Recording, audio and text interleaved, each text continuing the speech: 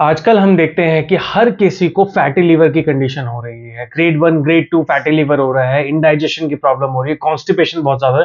बहुत सारी ऐसी दिक्कतें हैं जिसमें लिवर डैमेज हो रहा है और आपका पेट भी बहुत ज़्यादा डिस्टर्ब रहने लगा है। तो आज मैं इस वीडियो में डिटेल में बात करूँगा कि ये फैटी लीवर की कंडीशन क्या है, क्या-क्या सिम्पटम्स आते हैं और मैं कुछ सॉल्यूशन भी बताऊँगा कि आयुर्वेद में आप क्या कर सकते हैं।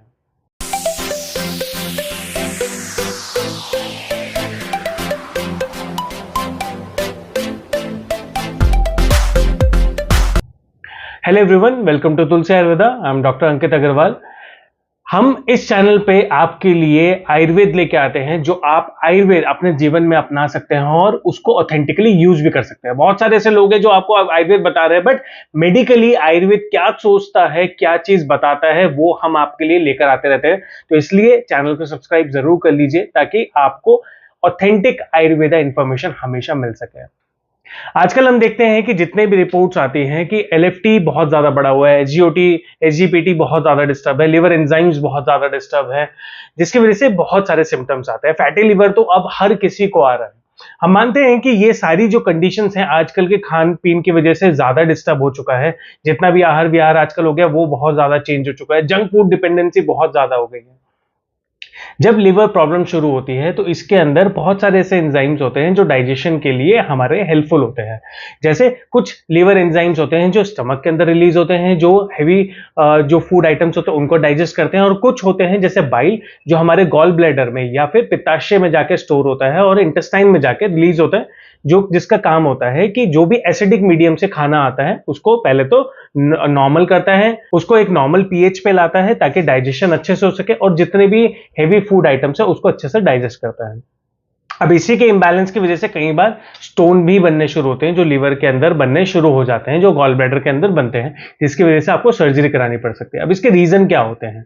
सबसे पहले तो हम सिम्टम की अगर बात करें तो लिवर डिसऑर्डर शुरू होते ही सबसे पहले प्रॉब्लम क्या आती है? सबसे पहले आपका पेट डिस्टर्ब होना शुरू होता है, बहुत ज्यादा कॉन्स्टिपेशन होना, खाना खाते ही लूज मोशन होना या खाना खाते एकदम मोशन जाना, पेट बहुत ज्यादा फूलना, खाना खाते ही आपको ऐसा फील होता है कि पेट बहुत ज्यादा फूल गया है, गैस बहुत ज्यादा बन रही है, खट्टे डकारे जलन ये बहुत ज्यादा आ रही है, आपका जो मल मूत्र है बहुत ज्यादा पीला आने लगता है। पीला आने का रीजन यही है कि आपके शरीर में, आपके लिवर में गर्मी बहुत ज्यादा बढ़ गई, पित्त बहुत ज्यादा बढ़ गया, जो कि आपके मल और मूत्र दोनों को डिस्टर्ब कर रहा है।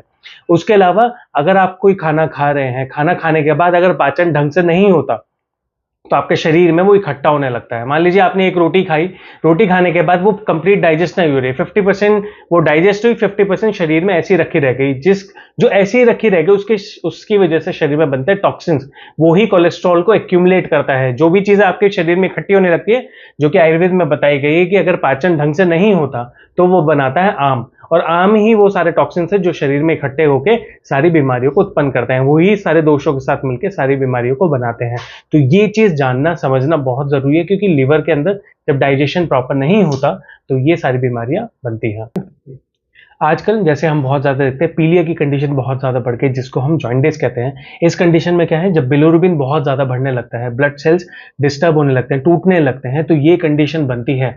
अब जैसे अगर आपका बिलिरुबिन बढ़ रहा है या कोई भी ऐसी कंडीशन है जैसे प्लेटलेट काउंट बहुत कम हो रहा है, तो इसमें भी लिवर बहुत इंपॉर्टेंट रोल काउंट करता है, क्योंकि लिवर के अंदर अगर ये सारी चीजें नॉर्मल रहती हैं तो आपके ब्लड सेल्स भी नॉर्मल रहते हैं, ये सारी चीजें शरीर में नॉर्मल बनती हैं। अभी पता कैसे चलती है? अगर आपको लग रहा है कि आपका यूरिन बहुत ज्यादा येलो आना शुरू हो गया है, या मोशन के अंदर बहुत ज्यादा येलो आना शुरू हो गई, या आपको बहुत ज्यादा एसिड रिफ्लक्स हो रहा है, खट्टी डकार जलन ये ज्यादा बढ़ रही है, आपके राइट हैंड साइड पे पेन ज्यादा होने लगा या भारीपन लगने लगता है, तो इसका मतलब ये है कि आपको लिवर की प्रॉब्लम हो सकती है।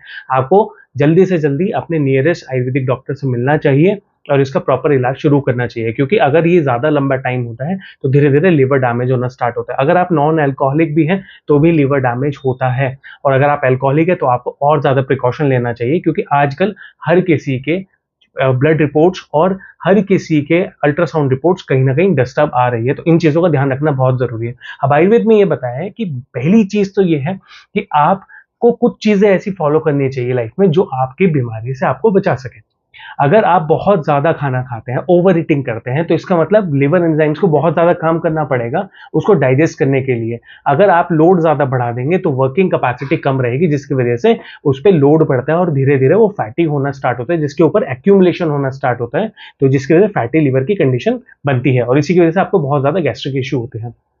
सेकंड चीज़, लोगों को लगता है कि अगर शरीर के अंदर बहुत ज़्यादा गर्मी हो गई है तो हमें बहुत ठंडी चीज़ें खानी चाहिए। तो लोग बहुत ज़्यादा ठंडा पानी पीना, ठंडी लस्सी पीना, बहुत सारी ऐसी चीज़ें करते हैं जिसकी वजह से ये दिक्कत और बढ़ने लगती है, इससे कम नहीं होती। हाँ, ये ज़रूर है कि पित्त बढ़ा है तो गर्मी बढ़ी है तो आपको उसको बैलेंस करना ज़रूरी है, पर ऐसा नहीं है कि आप ठंडी चीज़ें लेंगे तो उससे शरीर स्वस्थ होगा। प्रॉपर इलाज करके ही आपका शरीर स्वस्थ हो सकता है।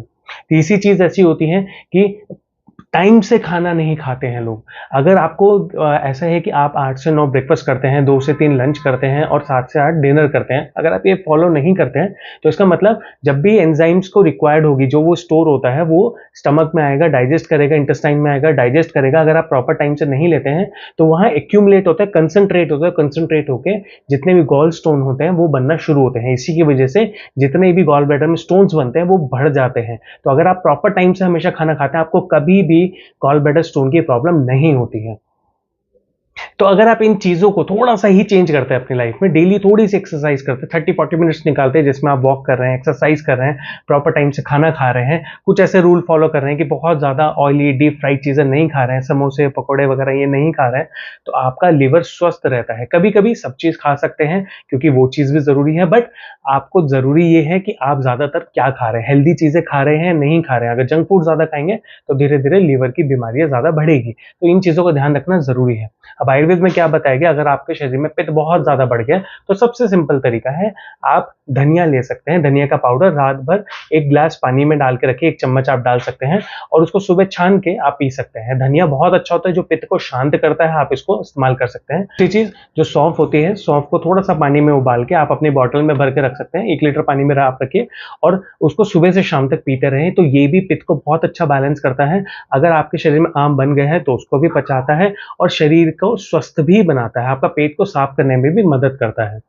तीसरी चीज़, जब आप सुबह उठते हैं तो उठते ही आपको थोड़ा-सा गुनगुना पानी पीना चाहिए। अगर आपको पेट साफ करने में दिक्कत होती है, तो थोड़ा-सा पानी पीना चाहिए जिससे जितने भी टॉक्सिन्स हैं वो धीरे-धीरे शरीर से निकलने लगे, तो ये भी आपकी काफ़ी मदद करता है। अगर बहुत लंबे टाइम से आपको कॉन्स्टिपेशन है, तो आप 1 चम्मच त्रिफला पाउडर और 1 चम्मच अभिपत्तिकर पाउडर रात को सोते वक़्त गर्म पानी से ले सकते हैं, ये भी आपको काफ़ी मदद करता है। अगर इसके अलावा आपको लिवर से रिलेटेड कोई भी प्रॉब्लम रहती है, पित्त बहुत ज़्यादा बढ़ा रहता है, तो आप नीचे दिए गए नंबर पे कॉन्टैक्ट कर सकते हैं, डायरेक्टली हमारी टीम के साथ बात कर सकते हैं, अपना अपॉइंटमेंट बुक कर सकते हैं, हमारे साथ कंसल्टेशन करके अपना प्रॉपर ट्रीटमेंट शुरू कर सकते हैं और अगर आप विज़िट करना चाहते हैं हमारे पास देहरादून, उत्तराखंड में अपना इलाज कराने के लिए, तो आप डायरेक्टली हमारे पास भी आ सकते हैं। तो ऐसे ही अपने शरीर को स्वस्थ बनाए रखें, आयुर्वेद को फॉलो करते रहें और तुलसी आयुर्वेदा के साथ बने रहें। Thank you.